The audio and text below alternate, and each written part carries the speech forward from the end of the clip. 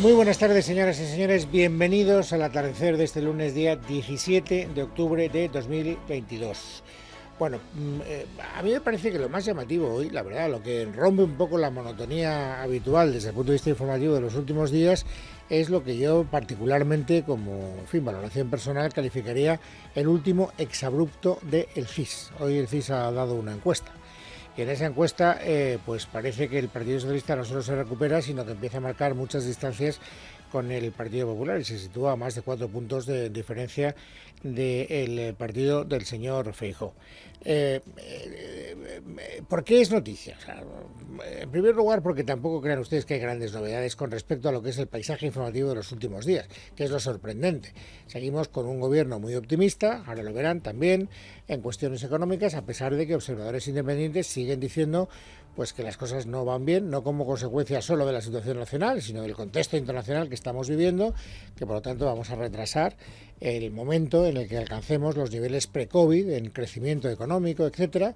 Y bueno, la palabra recesión empieza a aparecer, aunque sea en letras minúsculas, no una gran recesión, pero en fin, en el discurso de algunos de los observadores económicos más imparciales. El gobierno sigue diciendo que no hay por qué preocuparse, que España está en una senda de crecimiento fuerte, etcétera. Este optimismo del gobierno permite ver el paisaje de estos últimos días, como les digo. O sea, ya no solo en cuestiones económicas, también va a haber un debate mañana en el Senado donde el presidente del gobierno cree que va a volver a ganarle la batalla al señor Feijóo de una manera más clara y bueno, pues así estamos, ¿no? Bueno, pues en este paisaje invariable de fondo, ahora llega el CIS y nos dice que esto ha cambiado radicalmente. Tezanos ya dijo el viernes, ahora recordaremos algunas de las cosas que dijo el viernes porque ahora sabemos que no las dijo a humo de pajas, las dijo para preparar el terreno de la encuesta que hemos conocido hoy. Entre otras cosas dijo, sí, el señor Feijóo tuvo su oportunidad, pero esa oportunidad ha perdido y ahora claramente el que va en cabeza es el presidente del gobierno y en definitiva el PSOE. ¿Cómo de cabeza? Es decir, ¿cómo van las cosas según el CIS?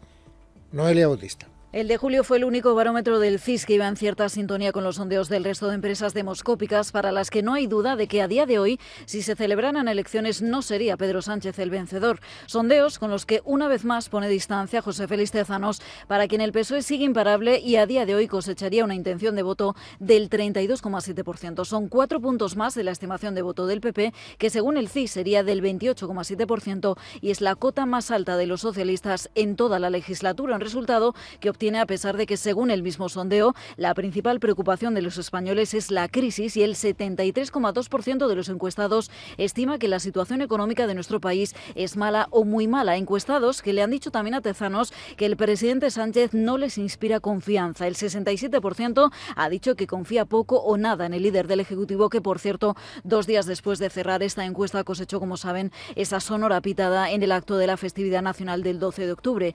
Aún así, según el CIS, los socialistas se colocan en cabeza, seguidos por el Partido Popular, que suma 2 décimas con respecto al barómetro de septiembre, mientras Unidas Podemos repite en tercera posición con una estimación de voto del 12,7% y Vox baja 2 puntos hasta el 8,8%. Por cierto, que en medio del debate sobre la bajada de impuestos que lideran los gobiernos autonómicos populares y a la que se han sumado ya algunos socialistas, Tezanos aprovecha el barómetro para preguntar por la armonización fiscal que abandera el gobierno de Sánchez y asegura que el 71,2% de los encuestados está muy o bastante de acuerdo con esta medida. Pregunta también por otra de las estrategias del Ejecutivo, que paguen los que más tienen. En este caso asegura el CIS que el 80,3% de los encuestados está muy o bastante de acuerdo con esta medida, mientras tan solo el 0,1% lo ha citado como principal problema. Bueno, estos son los datos de esta encuesta que de alguna manera es como una especie de pedrada en el estanque que rompe la coherencia informativa que habíamos vivido durante los últimos días. Y como les decía hace un instante, es una encuesta que de alguna manera él ya había preanunciado. Me refiero a José Félix Tezanos, al director del CIS, que es una persona, no lo olvidemos, a quien pagamos todos. O sea, el sueldo del señor Tezanos sale del dinero de todos los contribuyentes de nuestro país. Y ya el viernes en Santander, el señor Tezanos había dicho que el Partido Socialista era claramente, en el momento actual, el partido preferido desde todos los puntos de vista por parte de los electores. Entonces, los ciclos no permanecen estables. En este momento, el ciclo riguroso, con datos rigurosos, es que el PSOE está otra vez por delante en intención directa de voto, en voto más simpatía, partido más cercano, presidente. Con todas las combinaciones posibles, ahí tienen ustedes al Partido Socialista en cabeza y efectivamente por eso es coherente con estas declaraciones la encuesta que hemos conocido hoy. Una encuesta que el gobierno se cree.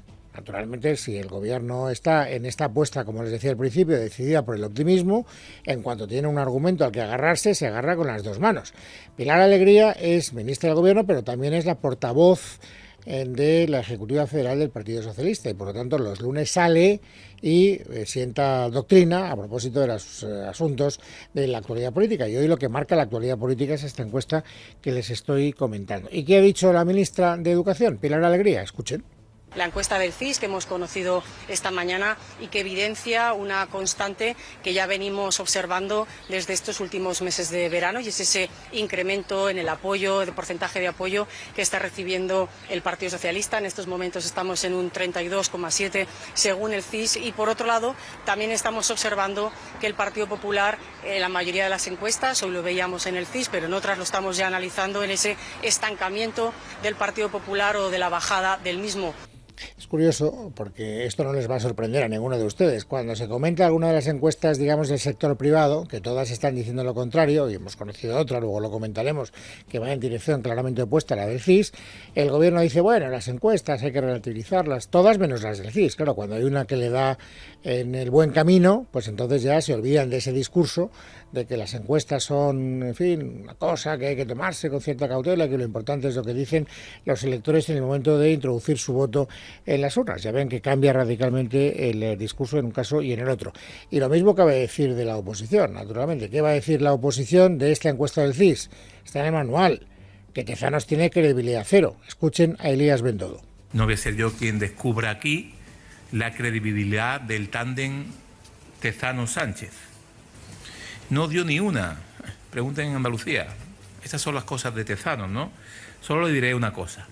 Mientras el Partido Popular está preocupado por la subida del gas, de la luz, de la gasolina, de la cesta de la compra, la única preocupación de Sánchez es por la subida de Feijóo en las encuestas. Bueno, digamos que esto no cambia para nada el paisaje habitual ante este tipo de noticias. El gobierno se aferra a los datos que le benefician y la oposición trata de desvirtuar o de quitarle, digamos, contundencia a los datos que benefician al partido gobernante. Vale, hasta aquí lo habitual.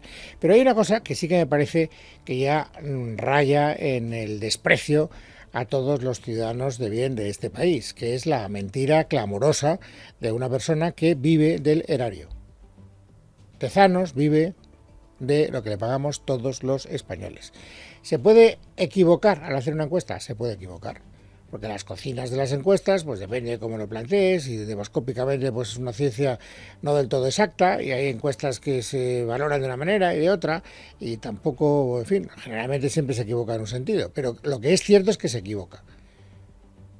Lo que no puede decir el señor Tezanos, porque es objetivamente incierto, es una mentira, quiero que quede claro, es una mentira, y el señor Tezanos se convierte, por lo tanto, en un mentiroso, pero para que no haya dudas. No, es que está usted insultando al señor Tezanos, no, estoy describiendo su actitud. Es un mentiroso, y es un mentiroso patológico, porque fíjense lo que dijo el viernes el señor Tezanos. El CIS, con eso que se dice de las encuestas, es mentira que falle, ¿eh? O sea, cuando se verifica eso, de 25 elecciones solamente no ha acertado en una de las que ha habido en este tiempo, empezando por algunas tan paradigmáticas como la de abril de 2018, que dio las cifras exactas de todos los partidos políticos en resultados. Yo creo que la función del CIS no será adivino.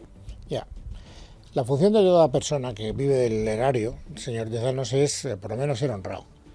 Y la honradez supone decir la verdad. Lo que usted dice es una mentira absolutamente clamorosa y además fácilmente demostrable, que es lo peor, porque mire, los datos no se discuten, sencillamente se comprueban. Y hoy, después de haber escuchado estas declaraciones del viernes del señor Tezanos, Narciso Michavila, que es el presidente de GAT3, en su cuenta de Twitter publica las desviaciones a favor de PSOE y Unidas Podemos que ha tenido el CIS en las últimas encuestas, que no ha dado ni una.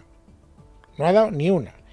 En Andalucía 2018 le dio a la izquierda 14,7 puntos más de los que obtuvo. En las de la Comunidad Valenciana de 2019 le dio 10,8 puntos más de los que obtuvo. En las generales de 2019 le dio 8,5 puntos más de los que obtuvo. En Galicia 2020, 5,3 puntos más de los que obtuvo. En el País Vasco 2020, 9,3 puntos más de los que obtuvo. En Madrid 2021, 15,8 puntos más de los que obtuvo. En Castilla y León 2022, 5,6 puntos más. En Andalucía 2022, 10,7 puntos más. Es decir, cuando dice el señor Tezanos que solo se ha equivocado en una, está mintiendo. Está mintiendo alevosamente, nos está tomando el pelo a todos los que le pagamos el sueldo. Y como es un cargo público y tiene que estar sometido al veredicto de la honradez, conviene que alguien lo diga. Por eso a mí hoy me apetecía decirle al señor Tezanos, es usted un gran mentiroso. A lo mejor me lo tendría que tomar con más sentido del humor, que es lo que hace el señor Michavila en su cuenta de Twitter, porque él ironiza y dice el presidente de GAT3. Cuando Tezanos dice que solo se ha equivocado una vez, se refiere a que solo se equivoca una vez por encuesta publicada. Bueno, es una manera de no darle mucha importancia a algo que a mí me parece que la tiene, vuelvo a repetir, porque el cargo público del señor Tezanos le obliga a tener un comportamiento de honorabilidad frente a las personas que le pagan. Bueno, dicho lo cual, les decía, es curioso que esta encuesta del CIS se publique el mismo día que aparecen otras del sector privado que van en dirección contraria. Hoy hemos conocido la última entrega de la de NC Report en el diario La Razón. ¿Y qué dice? Que el Partido Popular sigue creciendo, que está a más de 10 puntos de diferencia del Partido Socialista, y es verdad que el Partido Socialista en esta encuesta de NC Report deja de bajar, es decir, se estabiliza, toca suelo, pero no sube.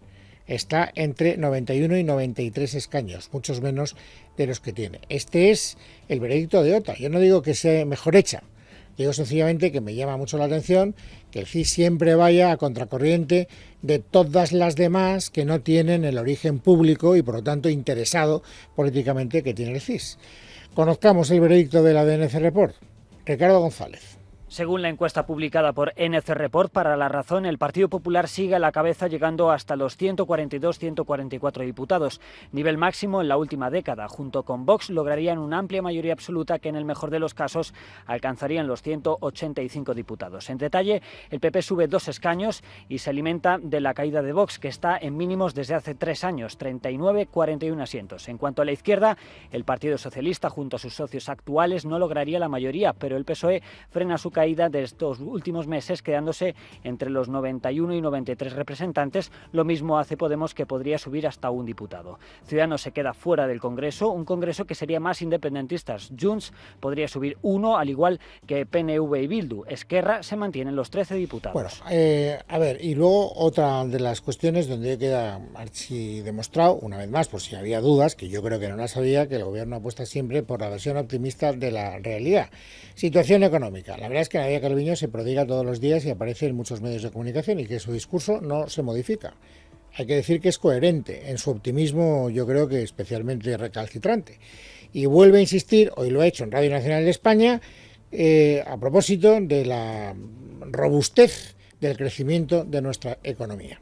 España destaca como una economía que va a seguir creciendo, que tiene una alta confianza por parte de los inversores internacionales, y ese es casi el único mensaje positivo que me traigo, junto con el mensaje de la determinación de todos los países de coordinarnos y de actuar en favor de minimizar el impacto negativo de la guerra y tratar de ponerle fin cuanto antes, claro. Bueno, luego hablaremos del impacto negativo de la guerra. Quedémonos con esta primera parte del discurso de Calviño, que no tiene nada nuevo, lo que tiene es de actual. Esto lo ha dicho hoy en Radio Nacional de España, pero podríamos encontrar testimonios muy parecidos la semana pasada en distintos medios de comunicación. Problema: pues que sigue yendo contracorriente, sigue llevándole la contraria a otras opiniones que pertenecen a organismos que no están directamente implicados en la gestión económica del gobierno. Por lo tanto, el gobierno es juez y parte cuando dice lo que dice la señora Calviño.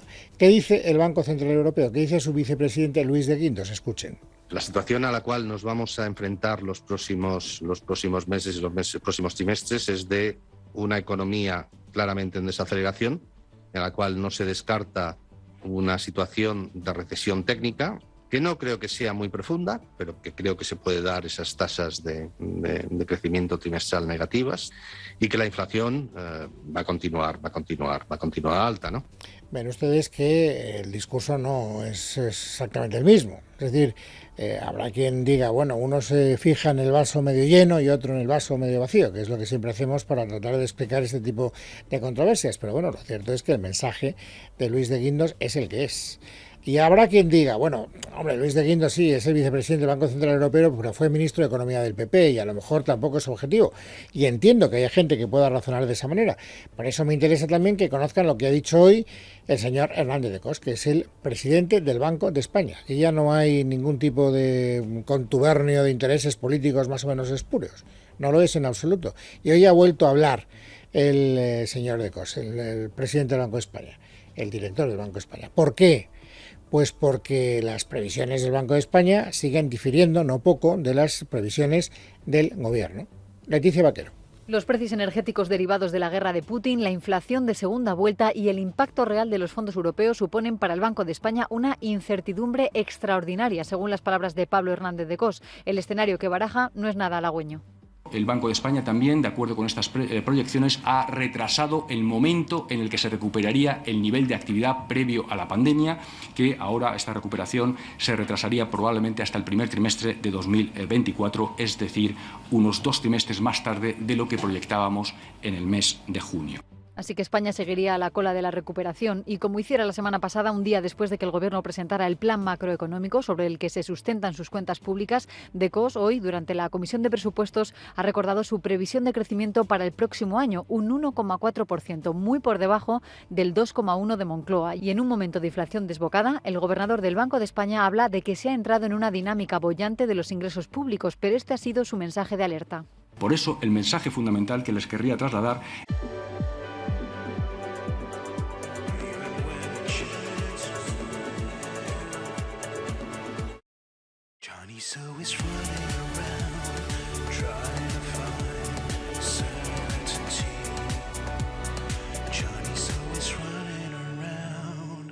Es que desde la perspectiva de la prudencia de la política presupuestaria sería importante que esos residuos, esos incrementos de recaudación que se están produciendo como consecuencia de esos factores que desconocemos, no acaben convirtiéndose o se acaben trasladando en un incremento del gasto público estructural. Alerta de las desviaciones al alza del gasto público en intereses, prestaciones por desempleo y pensiones. Recordemos que estas últimas se van a revalorizar un 8,5% en 2023, lo que supondrá el gasto histórico de 190.000 millones de euros. Bueno, en el fondo de estas discrepancias están las incertidumbres, esto ya lo sabemos. Es decir, que vivimos en un momento de una gran volatilidad, es evidente, y esto no hace falta demostrarlo, es un axioma.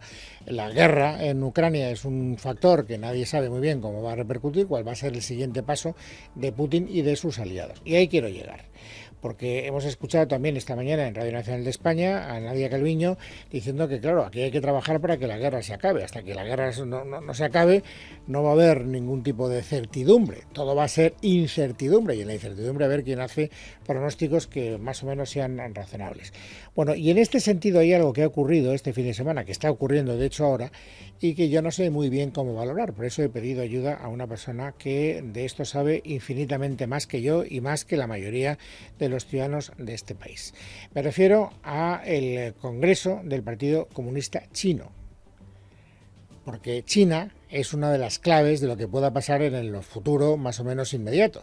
Ya no solo porque China es uno de los pocos aliados que le quedan a Putin, aunque es verdad que ha marcado distancias con Rusia en las últimas semanas, sino porque Xi Jinping, que es el presidente chino, parece que está absolutamente empeñado en convertirse ya en un líder vitalicio. Ha alcanzado una tercera renovación de su mandato, se va a convertir probablemente en un mandatario perpetuo y va a mandar incluso más de lo que en su día ganó Mao Zedong. Y esto nos importa mucho, en mi opinión. Entre otras razones porque el discurso de Xi Jinping es el discurso de un tipo que no quiere tampoco andarse con demasiadas cautelas a la hora de plantear sus reivindicaciones territoriales. Y él ha dicho que él va a anexionar Taiwán o por las duras o por las maduras, o por las buenas o por las malas. y si tienen que ser muy malas, serán muy malas, pero que no le va a temblar el pulso. Y esto añade todavía más incertidumbre al panorama internacional, o a mí me lo parece. Ana de Palacio es exministra de Asuntos Exteriores del Partido Popular y aparte de ser una muy buena amiga de todos nosotros, porque nos ha ayudado muchas veces a entender este asunto, es que lo explica divinamente bien. O sea que yo creo que ella nos va a sacar de dudas. Ana, bienvenida, muy buenas tardes. Muy buenas tardes, don Luis. Encantada siempre de estar con ustedes. Hoy desde Washington les he estado escuchando hurtadillas sobre las encuestas, etcétera, y me parece que usted ha hecho un resumen que no es por, en fin, no es por darle jabón. Ya sabe que yo no soy de dar piropos gratuitamente, pero que está muy bien. ¿Qué podemos añadir? Mire, usted ha hablado de Mao y ha hablado de Xi. A mí hay un resumen que me parece muy bueno de lo que está pasando, y no es mío, es de un estudioso de Singapur. Y dice, Mao prometió hacer del pueblo revolucionario. Deng Xiaoping prometió hacerles ricos. Y Xi les está prometiendo seguridad. Seguridad que también es control. Y evidentemente perpetuarse. Yo, por emplear bien el tiempo, creo que hay 3 dimensiones que nos interesan particularmente. La primera es la energía, que ha dicho Xi Jinping. Como usted ha dicho, este congreso se dura toda esta semana, pero ahí llega todo cocinado. Ahí no se discute nada. Ahí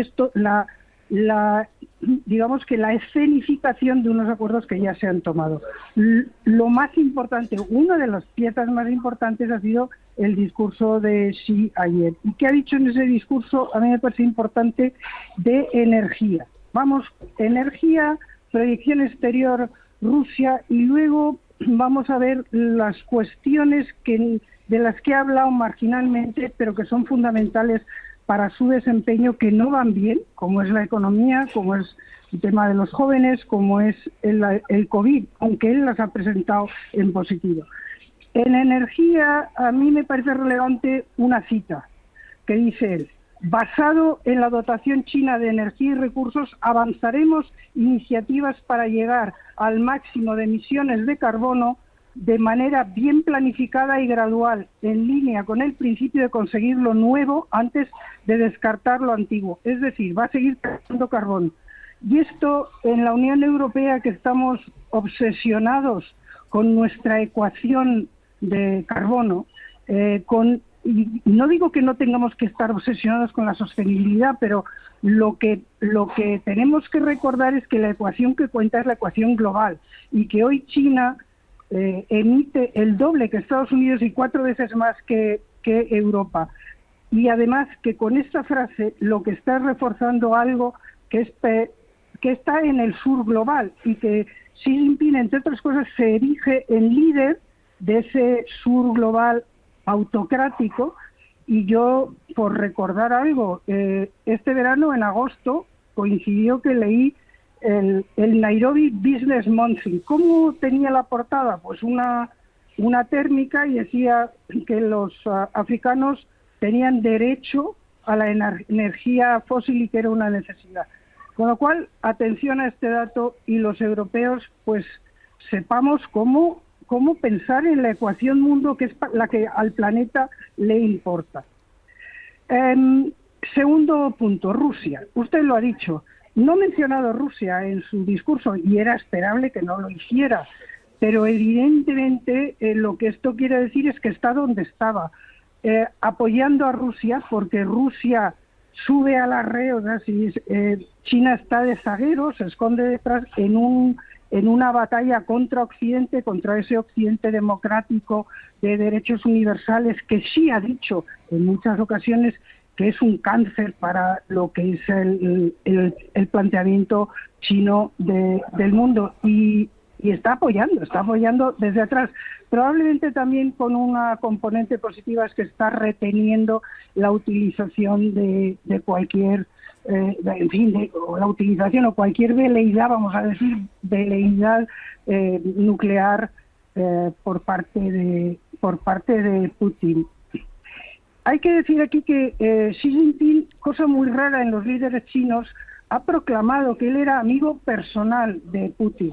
Y en esa proclama de amigo personal a mí me chocó que China, sus portavoces hicieron público que no había felicitado este año a Putin. Todas estas cosas en la cultura, en la civilización china cuentan una barbaridad. Bueno, voy a la proyección exterior. Otra cita de Xi. La influencia internacional de China, su atractivo y su capacidad de modelar el mundo han aumentado de forma significativa. Es decir, China como gran potencia con aspiraciones ya abiertas de liderazgo mundial y como modelo de autocracias está ahí. Eso es su proyecto de proyección de cara al mundo. Usó la palabra, antes he dicho que frente a Mao, frente al pragmatismo de Deng, que es lo que está en baja. Aquí hay un dirigente extraordinariamente ideológico, marxista-leninista, para quien el mercado es un mal. Es un mal, hay que soportarlo, pero es un mal. Mencionó la palabra seguridad 73 veces, 55 en el año 17. Vamos a ver, todas estas cosas, sobre todo en la mentalidad china, tienen una importancia extraordinaria. Recordemos que Hu Jintao, que es el anterior dirigente, el que se le acusa ahora de debilidad, que todavía estaba en esa idea pragmática de prosperar, de prosperidad como motor, que era la idea de Deng Xiaoping. Hu Jintao la mencionó, seguridad nacional, 4 menciones en su último informe. Está Taiwán, que es importante de Taiwán ha dicho que nunca prometeremos renunciar al uso de la fuerza. Evidentemente esto es para un público doméstico, pero el aplauso que recibió fue de antología, todo pactado, todo previsto, o sea que todo coreografiado. No mencionó los otros que él mismo califica de venenos, ni Falun Gong, ni los uigures, ni el tema de los tibetanos, ni el concepto de democracia, de universalidad de derecho, que él los califica directamente de venenos. Pero indudablemente la primacía ideológica frente al pragmatismo de Deng Xiaoping es lo que se saca de todo esto, la ambición abierta, esa ambición que redundará en que seguimos viendo construir un sistema paralelo con la ruta de la seda, con todas las instituciones multilaterales que está creando China, con sus planteamientos de partida, que si lo resumimos mucho, porque en radio el tiempo cuenta, es donde nosotros vemos libertad, él ve seguridad, donde nosotros individuo, él el grupo, y donde nosotros mercado, él ideología. Y por lo tanto ahí estamos. La economía no ha ido bien, pero él ha trampeado también haciendo unas declaraciones, le está lo que nosotros, y creo que el mundo entero, interpreta como un fallo en el planteamiento del COVID-0, pero que es un fallo que le ha permitido controlar más a la población. Y yo y en fin, él ha planteado ese desarrollo de calidad, que es conteniendo, que ya incorpora la idea de un desarrollo más bajo, pero cualitativo, que no sabemos lo que quiere decir, pero todo esto tiene su importancia y habrá que analizarlo. Yo, si me permite, por un planteamiento abierto, no voy a decir optimista, pero abierto, a ver cómo resulta el pragmatismo, cómo resulta esa corriente de pragmatismo que sigue presente en el Partido Comunista, que evidentemente Xi Jinping ha cortado la cabeza, ha hecho unas limpiezas clarísimas, pero que está ahí latente. Quienes evidentemente siguen pensando en la estela de Deng Xiaoping, y a ver el sábado, cuando veamos cómo queda todo el escenario futuro, pues podremos volver. Usted me invita, Luis, yo encantada de participar siempre y hablamos más. Me parece fenomenal. De todas maneras, el análisis es perfecto. No me sorprende nada, porque ya sabía que usted lo iba a explicar muy bien, y se lo agradezco a Ana de Palacio de todo corazón. Así que un saludo muy cordial y muchas gracias. Pues muchas gracias a usted. Adiós, Luis.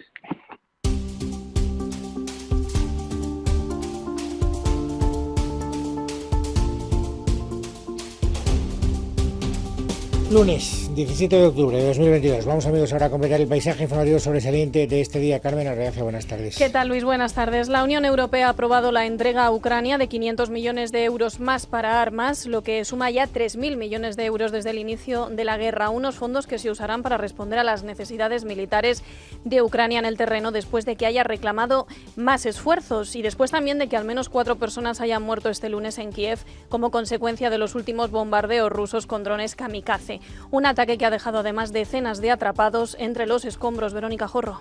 En concreto, las autoridades ucranianas han informado de que se han registrado al menos 2 explosiones en el centro de Kiev debido a una serie de ataques con drones lanzados por las fuerzas rusas. Al menos 18 personas han podido ser rescatadas con vida después de que quedaran atrapadas bajo los escombros de un edificio residencial. El alcalde de la capital habla de al menos 1 muerto y 3 heridos. Un nuevo ataque ruso que se produce al mismo tiempo de que muchas voces apuntan a que Rusia está perdiendo la guerra y que estos ataques son fruto de su desesperación. El último en hacerlo ha sido el alto representante de la Unión Europea para Política Exterior, Josep Borrell. Rusia está cada vez más aislada. Lo pudimos ver hace unos días en la ONU. Moralmente, políticamente e incluso militarmente, Rusia está perdiendo la guerra. Por eso tenemos que continuar apoyando a Ucrania.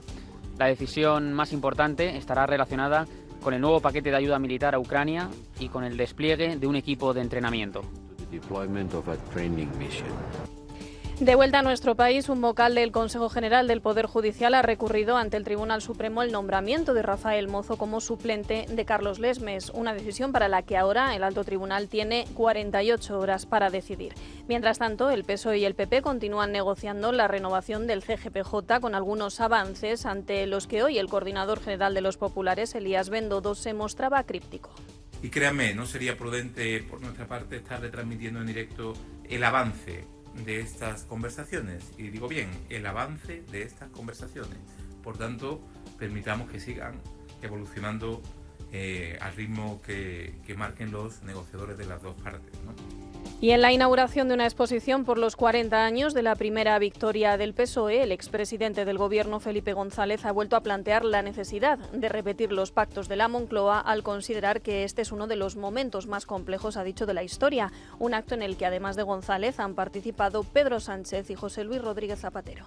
Hay que pensar en qué pasaba con los gobiernos de Adolfo Suárez, cuando hicimos los pactos de la Moncloa, tan queridos hoy día, si se pudieran volver a repetir, o cuando hicimos el pacto constitucional, que es el marco de convivencia en el que todavía podemos sentirnos seguros y vivir. Pero este es el momento más complejo que hemos vivido. Más cosas. El Gobierno de Juanma Moreno ha confirmado este lunes el nombramiento de Juan Marín, ex coordinador de Ciudadanos en Andalucía y ex vicepresidente del Gobierno de coalición, como nuevo presidente del Consejo Económico y Social de Andalucía. Macarena Domínguez. El que fuera vicepresidente de la Junta y coordinador autonómico de Ciudadanos, Juan Marín, será el nuevo presidente del Consejo Económico y Social andaluz, en sustitución del socialista Ángel Gallego. Este fichaje no ha sido el primero del Gobierno de Moreno entre las listas de Ciudadanos. La más reciente, el nombramiento de Rocío Ruiz, exconsejera de Igualdad, como miembro del Consejo Audiovisual de Andalucía a propuesta del PP.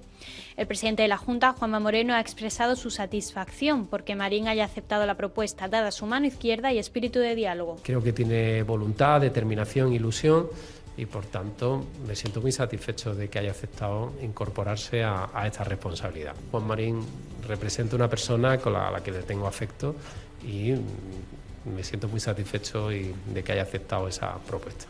Desde la oposición, el socialista Juan Espadas ha valorado la noticia y asegura que el nombramiento de Marín confirma que el Partido Popular ha absorbido a Ciudadanos. Yo al señor Juan Marín solo le deseo éxito en cualquier actividad que emprenda, personalmente, una persona a la que aprecio y, bueno, pues una muestra más de que el Partido Popular ha absorbido por completo a Ciudadanos en todo, en sus militantes, en este caso cargos públicos con responsabilidad. Del mismo modo, el líder del PSOE andaluz ha comentado que Ángel Gallego, predecesor de Marín, dirigía 2 órganos y critica la posibilidad de que ahora haya 2 responsables donde anteriormente solo había uno. Mientras tanto, Ciudadanos ya ha puesto fecha a su congreso extraordinario para su refundación, que será entre el 13 y el 15 de enero de 2023. Y acabamos contándoles que el juez de la Audiencia de Barcelona ha aceptado que el futbolista Neymar Jr. se ausente del juicio que ha arrancado hoy, en el que está acusado de estafa y corrupción en su fichaje por el Barcelona. Estos han sido los argumentos del magistrado. El señor Da Silva Santos Jr. estaba marcando un gol y yo estaba ya en la cama, o sea, con eso lo digo todo. Es decir, porque antes de dormir me estaba oyendo el fútbol, porque soy futbolero, sin que yo quiera decir nada.